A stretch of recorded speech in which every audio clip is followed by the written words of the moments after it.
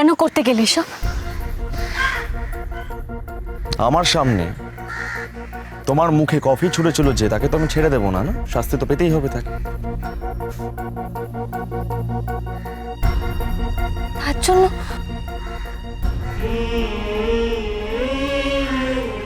আর আমি ভাবলাম যে তোমার সামনে মিষ্টু আমাকে অপমান করলে তুমি কিচ্ছু বললে না।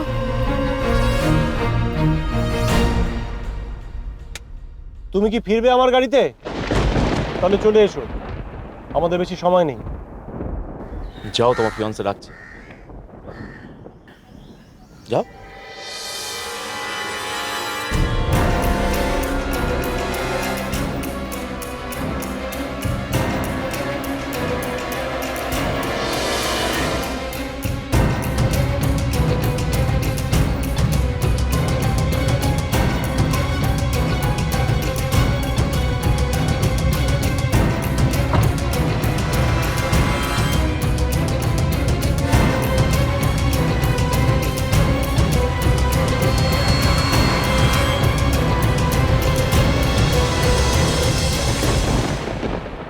তুমি কিন্তু আমাদের সমানে ঠকিয়ে চলেছ সৌরভ। আজ পর্যন্ত কোনো গোপন তথ্য আমাদের হাতে আসেনি। আমরা তোমাকে বলেছিলাম যে সানি সমস্ত খবর জোগাড় করে ফেলেছিল, কিন্তু সে সমস্ত খবর ওর বিদেশের ফ্ল্যাটে নেই। নিশ্চয়ই ওর বান্ধবী মালবিকার কাছে আছে। আর তুমি মালবিকার স্বামী হিসাবে এতদিন ওর কাছে আছো, অথচ কোনো খবর তুমি আজ পর্যন্ত ওর কাছ থেকে জোগাড় করতে পারলে না। উপরন্তু তুমি আমাদের মিথ্যে কথা বলেছ। তুমি বলেছ তোমার আগেকার স্ত্রী, সন্তান, তাদের সঙ্গে নাকি তোমার কোনো যোগাযোগ নেই, অথচ তারা সব সময় তোমার কাছে কাছে থাকে। এই মিথ্যে কথা বলার জন্য তোমার চোখের সামনে তোমার ছেলেকে শেষ করে দেব। আর বস এই কথাটা তোমাকে জানিয়ে দিতে বলেছে। এইসব কি কি বলছো তোমরা? আমি তো চেষ্টা করছি আমার মতন করে, তো সময় লাগবে না? এরকম করে তো তাড়াহুড়ো করলে চলবে না নিশ্চয়ই। আমি চেষ্টা করছি নিজের মতন করে। একটা সাহায্য যদি পেতাম। বলছিলাম কি, কোথায় কোথায় কোথায় গেল?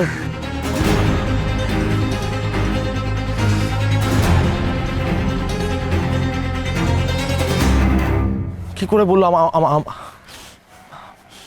আমার ছেলেকে শেষ করে দেবে? কি করে বলে গেল ওরা? হ্যাঁ, আমার ছেলে যে আমার কাছে নেই, তো কি করে? আমার সবকিছু গুলিয়ে যাচ্ছে, সবকিছু কোথায় যে কোথায় গেল?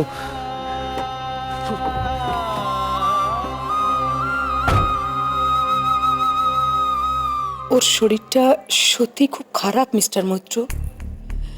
দেবস্মিতার চিকিৎসার প্রয়োজন, আর সেই জন্যই আমি বলছি ওকে নিয়ে যান।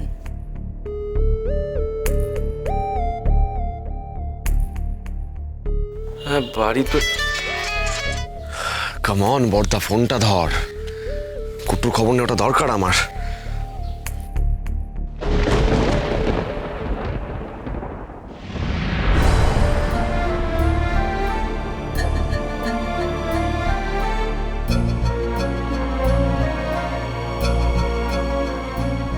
বাড়িতেও তো ফোন করতে পারবো না।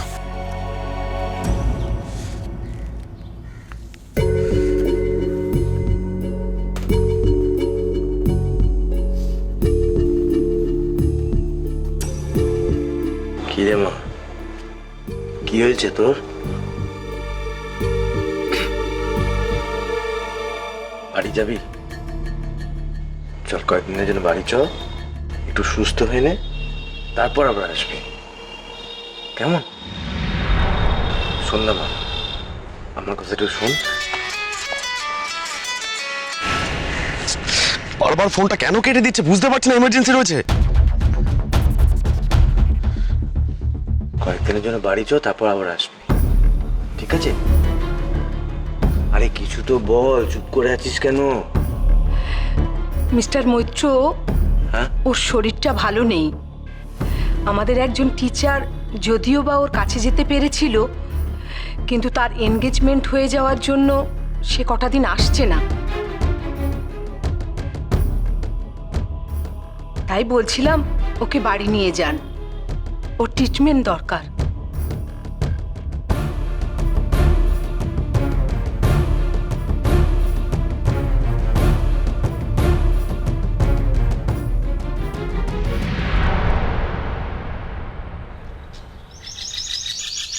কি অদ্ভুত, ফোনটা অফ করে রেখে দিল কেন?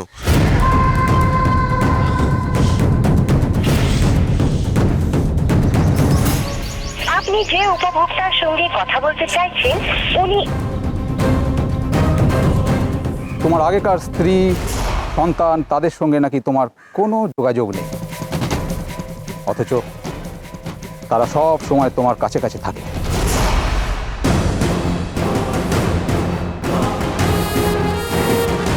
এই মিথ্যে কথা বলার জন্য তোমার চোখের সামনে তোমার ছেলেকে শেষ করে দেবে।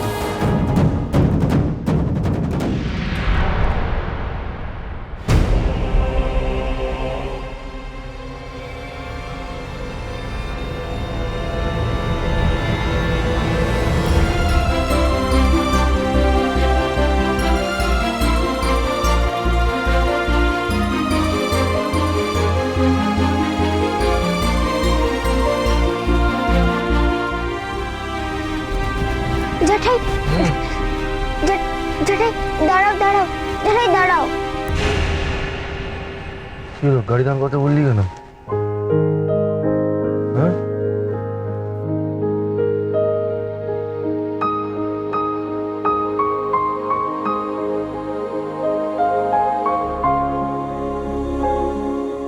বাবাই, তুই কেন আমার উপর রাগ করে নিজেকে কষ্ট দিচ্ছিস? আমি সত্যি বলছি বাবা, আই গড প্রমিস। আমি তোর মাকে ইচ্ছে করে দাঁড়াইনি মা, তোর মা নিজের ইচ্ছে চলে গেছে বাবাই। তুই ছাড়া কে আছে বল আমার? প্লিজ একটু বোঝার চেষ্টা কর তুই।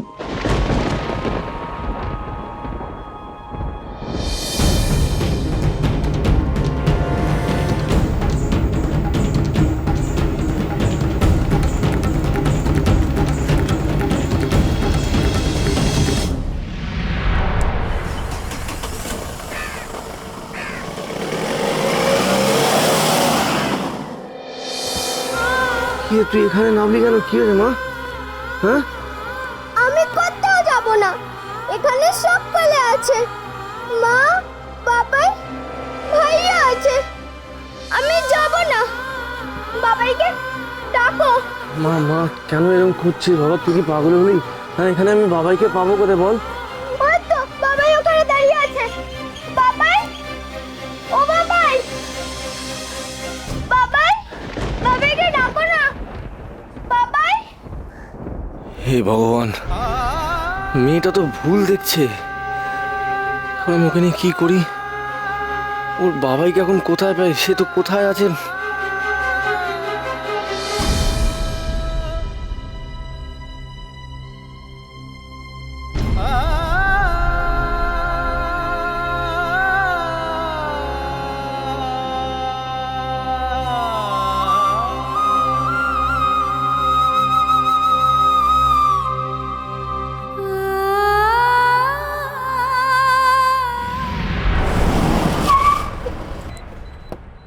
কি ব্যাপার বলুন তো, দেখে গাড়ি চালাতে পারেন না নাকি? অদ্ভুত।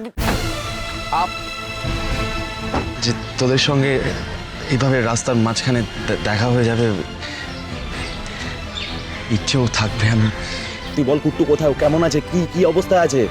আরে তুই ঋষি বুঝতে- ঠিকই আছে। ঋষি, ও তুই তো জানিস না গো, ঋষি মানে কুট্টুর নাম এখন ঋষি। এদিকে এসো। সৌরভ, কি হচ্ছে কি? বলছি ঋষি নেই কেন? তো থাকার কথা ছিল এখানে।